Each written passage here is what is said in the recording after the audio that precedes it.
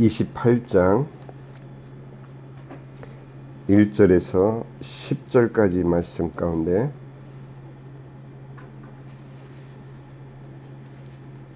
(5절) 한 절만 우리 두 번 반복해서 읽도록 하겠습니다. 시작. 바울이 그 짐승을 불에 떨어 버리매 조금도 상함이 없더라. 한 번 더. 바울이 그 짐승을 불에 떨어 버리매 조금도 상함이 없더라. 사실 오늘 사도행전 28장 1절의 말씀을 이해하기 위해서는 우리는 유라굴로라는 광풍으로 바울 일행이 당한 위험을 먼저 알아야 됩니다. 1절 말씀해 보니 우리가 구조된 후에 안즉 그 섬은 멜리데라 하더라. 사도행전 27장 10절에 보니 말하되 여러분이여 내가 보니 이번 항해가 하물과 배만 아니라 우리 생명에도 타격과 많은 손해를 끼치리라 하되 11절에 백부장이 선장과 선주의 말을 바울의 말보다 더 믿더라. 백부장이 이때에는 선장과 선주의 말을 바울의 말보다 더 믿었습니다. 그렇게 된 결과가 바로 27장 20절에서 23절, 24절, 25절, 26절까지 이어집니다. 여러 해 동안 해도 별도 보이지 아니하고 큰 풍랑이 그대로 있음에 구원의 여망마저 없어졌더라. 여러 사람이 오래 먹지 못하였음에 바울이 가운데 서서 말하되 여러분이여 내 말을 듣고 글에 대해서 떠나지 아니하여 이 타격과 손상을 면하였더라면 좋았을 뻔하였느니라. 내가 너에게 권하노니 이제는 안심하라. 너희 중 아무도 생명에는 아무런 손상이 없겠고 오직 배뿐이니라. 내가 속한 바 곧 내가 섬기는 하나님의 사자가 어젯밤에 내 곁에 서서 말하되 바울아 두려워하지 말라. 네가 가이사 앞에 서야 하겠고 또 하나님께서 너와 함께 항해하는 자를 다 내게 주셨다 하였으니 그러므로 여러분이여 안심하라. 나는 내게 말씀하신 그대로 되리라고 하나님을 믿노라. 그런즉 우리가 반드시 한 섬에 걸리리라 하더라. 우리가 이제 오늘과 제가 영광스럽게도 사도행전의 마지막을 본문을 제가 담당하게 됐습니다. 이 두 번의 본문을 함께 이어서 말씀을 증거하고자 합니다. 먼저는 주님께서 바로 바울과 함께 승선한 모든 자를 바울에게 맡기셨다는 말씀. 그리고 두 번째, 바울은 하나님의 보호하심을 천명하며 마지막 양식을 가지고 주의 만찬을 선생해서 행합니다. 27장 33절에서 37절까지의 말씀을 보니 날이 새어가며 바울이 여러 사람에게 음식 먹기를 권하여 이르되 너희가 기다리며 먹지 못하고 줄인 지가 오늘까지 10나흘인즉 음식 먹기를 권하노니 이것이 너희의 구원을 위하는 것이요 너희 중 머리카락 하나도 잃을 자가 없으리라 하고 떡을 가져다가 모든 사람 앞에서 하나님께 축사하고 떼어 먹기를 시작하며 그들도 다 안심하고 받아 먹으니 배에 있는 우리의 수는 전부 276명이더라. 성경은 구체적으로 바울이 맡은 생명의 숫자를 언급해주고 있습니다. 그리고 오늘 1절을 위한 27장 마지막 절 기록은 27장 44절 하반절에 마침내 사람들이 다 상륙하여 구조되니라. 이 정도의 지난 본문을 우리가 살펴보면 바로 바울이 예견된 그 위험을 그들이 듣지 않고 항해를 시작하여 겪는 이 고난을 통해서 하나님께서는 로마를 향해야 되는 바울의 바쁜 여정 가운데에서 왜 유라굴로를 만나게 하시고 이 276명을 바울에게 맡기셨는지를 우리는 묻지 않을 수가 없습니다. 오늘 본문 1절 말씀입니다. 우리가 구조된 후에 안즉 그 섬은 멜리데라 하더라. 멜리데라는 뜻은 바로 피난처라는 뜻입니다. 사도행전을 마치면서 누가는 마지막 주인공을 바울이 아닌 성경을 기록하게 하신 하나님이심을 바로 이 광풍으로 인해서 276명이 당하는 고난을 자세하게 기록하면서 그가 바로 무엇을 말하고 있는지 오늘 우리는 이 아침에, 그리고 사도행전의 마지막 바울의 행적을 우리가 이해할 때 성령님께서 인도하시는 그 음성을 우리는 듣기를 원합니다. 27장 24절에 바울아 두려워하지 말라. 내가 가이사 앞에 서야 하겠고 또 하나님께서 너와 함께 항해하는 자를 다 내게 주셨다 하였으니, 이것이 광풍 속에서도 독사에게 물린 가운데에서도 바울이 소생할 수 있었던 가장 큰 이유이며, 바로 이 하나님의 말씀을 이루어가는 성령님의 역사가 무엇을 만들어 가는지를 우리는 바라볼 수 있습니다. 결국 바울 혼자 로마로 향하게 하신 것이 아니라는 것을 우리는 먼저 알 수 있습니다. 성령 하나님께서는 바울과 함께 동행하는 276명을 바로 살아계신 하나님의 증인들로 만들기 위해서 이 유라굴로 광풍이라는 훈련을 준비하셨던 것입니다. 그들은 처음엔 바울의 경고를 무시한 채 출발한 그 광풍 속에서 분명히 하나님의 살아계심을 선포한 바울의 그 말씀을 처음에는 믿지 않았습니다. 그들이 할 수 있는 모든 행동을 또 방법을 다 강구하며 그 광풍 속에서 자신들의 생명을 보존하려 하였으나, 결국은 그 모든 상황 가운데서도 울려 퍼지는 바울의 하나님의 말씀, 너희들은 어느 하나도 생명이 다치지 않을 것이다 라는 그 말씀을 의지할 수밖에 없었고, 마지막 남은 양식을 바울에게 축사받으면서 주의 만찬을 그들이 경험하면서 그들의 모든 생명을 다 그 말씀에 의지하고 그 주의 만찬에 의지하여 남은 양식을 바다에 버릴 수 있었던 결단이 바로 그들 마음 가운데 자신도 모르는 생사 가운데서 하나님의 살아계심을 의지하였던 그들의 미랄 같은 믿음의 시작이 바로 이 유라굴로 광풍으로 인한 훈련 과정에서 싹 트는 것을 우리는 발견할 수 있는 것입니다.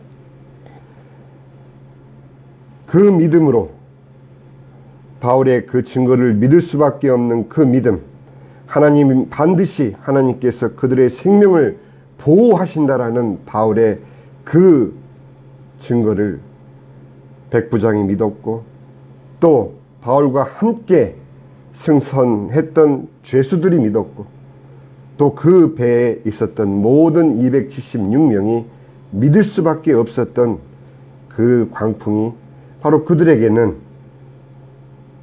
생명의 기회였던 것입니다. 그래서 멜리데 곧 피난처에 그들이 도달했음을 누가는 바로 암시적으로 이 사도행전을 따라오던 독자들에게 이제 마무리를 해주고 있는 것입니다. 그런데 모두의 생명을 구한 바울이 정작 독사에 물리는 참담한 일을 겪게 됩니다. 의사인 누가는 오히려 그 섬마을 사람들보다 더 정확하게 바울이 어떤 상태에 빠질 것을 알고 있었지만, 누가는 단순히 독사에 물려도 죽지 않았다라는 기적으로만 설명하게 되면 성경을 기록한 자신의 의도가 제대로 전달될 수 없다는 것을 그는 알고 이 말씀을 기록하였던 것입니다. 유라굴로 같은 광풍 속의 인생들을 위해 피난처 되신 예수님께서 성육신하셔서 십자가 위에서 이루신 구원은 바로 창세기 3장 15절의 성취였듯이 바울이 몸으로 증거한 것은 사도행전 28장 3절에 단지 독사에 물렸어도 죽지 않았다는 기적을 기록한 것이 아니라 바로 그가 예수 그리스도의 복음을 몸으로 증거했다라는 것을 또한 암시하고 있는 이 사건, 이것이 바로 누가의 의도였던 것입니다. 누가는 거기서 그치지 않고 사도행전 28장 4절에서 독사를 짐승으로 기록하면서 나무 묶음에서 튀어나온 존재가 단지 독사가 아닌 바로 사단 자체인 것을 의미하는 것을 그는 또 내포시키고 있는 것입니다.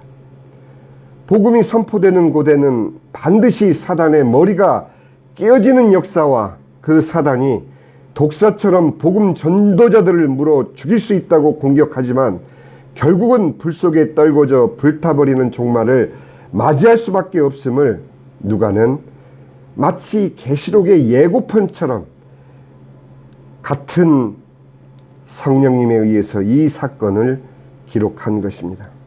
계시록 19장 20절에 보니 짐승이 잡히고 그 앞에서 표적을 행하던 거짓 선지자도 함께 잡혔으니 이는 짐승의 표를 받고 그의 우상에게 경배하던 자들을 표적으로 미혹하던 자라. 이 둘이 산채로 유황불 붙는 못에 던져지고, 복음을 들고 걸어가는 길에는 이처럼 수많은 독사들의 공격을 받게 됩니다. 그러나 그러한 그들의 그 어떤 형태로의 공격들은 오히려 복음 들고 가는 전도자의 길과 방향이 하나님께서 기뻐하시는 길과 방향이라는 증거일 뿐, 오히려 그 증거를 분명하게 해주고 전도자에게 힘을 줄 뿐인 것을 그들은 망각하고 있는 것입니다. 마가복음 10장 29절에서 31절에 보니 예수께서 이르시되 내가 진실로 너에게 이르노니 나와 복음을 위하여 집이나 형제나 자매나 어머니나 아버지나 자식이나 전토를 벌인 자는 현세에 있어 집과 형제와 자매와 어머니와 자식과 전토를 100배나 받되 박해를 겸하여 받고 내세의 영생을 받지 못할 자가 없느니라. 그러나 먼저 된 자로 나중되고 나중된 자로서 먼저 될 자가 많으니라. 복음 전파에 있어서 여러분들 경륜을 의지하고 계십니까? 여러분들의 연수를 자랑하고 계십니까? 아니면 무리를 지어 반대편에 서고 계십니까? 복음 안에서 그 모든 것이 뒤집어질 수 있음을 성경은 분명히 말하고 있습니다. 결국 오늘 본문 마지막 절로 276명 전체는 바울의 말을 믿고 버린 그들의 모든 쓸 것이 채워지는 것을 체험하게 됩니다. 28장 10절의 후한 예로 우리를 대접하고 떠날 것에 우리 쓸 것을 배에 실었더라. 우리가 목요일 살펴볼 내용이지만 누가는 이 사도행전을 가이사 앞에 선 바울의 모습으로 끝내지 않고 있습니다. 사도행전 29장의 주인공들이 바울이 아닌 바로 바울과 함께 생사를 걸고 바울을 통해 하나님의 살아계심과 그 바울 스스로 몸으로 예수 그리스도의 복음을 전파하고 증거한 그 복음의 체험을 함께 나눈 백부장을 포함한 바로 276명의 증인들이 사도행전 29장의 주인공인 것을 누가는 암시하고 있는 것입니다. 바울은 정작 부활하신 예수님을 다메섹 도상에서 만나기 전에는 잘 나가던 촉망받던 유대교 종교인이었습니다.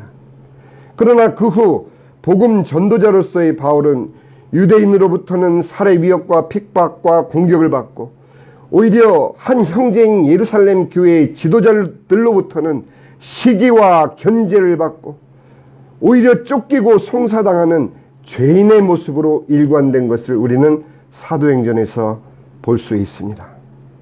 오늘 본문에서 독사에 물려도 죽지 않는 기적에 만일 우리의 초점이 맞추어지고 있고 안수하여 병자를 치료하여 필요한 것을 답례로 받았다고 만일 오늘 이 본문을 우리가 읽고 있다면 우리는 누가의 의도를 놓치고 마는 것입니다.